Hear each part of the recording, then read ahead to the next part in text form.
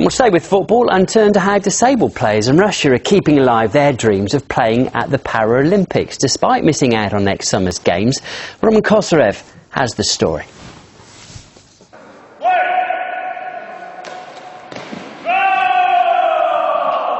This is not your regular soccer ball. It's much heavier and has special features for the visually impaired. Now, the key to this game is to actually hear the direction of the ball. And when a player kicks it or throws it, it makes a sound like this. This is goalball, and along with futsal, they make up two different events at the modern Paralympic Games. Russia failed to qualify for the London Games from the latest European Championship in Turkey, where a coin toss decided their fate after the match against the host Turkey ended in a goalless draw. We all knew that it would be hard to qualify for the London Paralympics. Who knows what would have happened if we reached the semi-finals, but they decided to throw a coin after our draw with Turkey instead of a penalty shootout, which is not very sportsmanlike, so it's a pity. These guys know that they are strong enough to compete with the best. However, the luck of the draw at the European Championship in Turkey is not the only factor hampering Russia's efforts.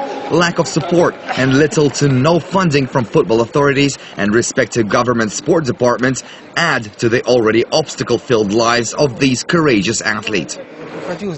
Sometimes we have to pitch in for uniforms and even some of our trips to competitions, like the latest President's Cup, for example.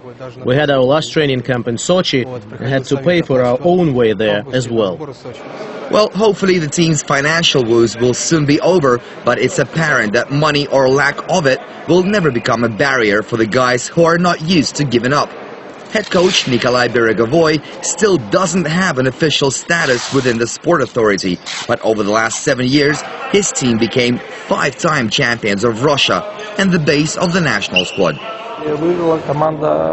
After my team defeated world runners-up Spain at a domestic international tournament and continued on beating the likes of England and Germany over in Greece, financing was suddenly cut and the team was inactive from October until May. So our Paralympic dreams were futile from the beginning. The passion of blind football is evident the first time you lay your eyes on one of the training sessions, which sometimes can be more traumatic than any other Olympic sport. The medical well-being of injured players is in the hands of just one doctor who spends all of her free time with the team. Typical injuries for the visually impaired usually happen when they collide against each other and get bumps and bruises. A pulled muscle or a broken limb are unfortunately also a regular occurrence. I've even come across a player who mistakenly kicked the opponent's head instead of the ball.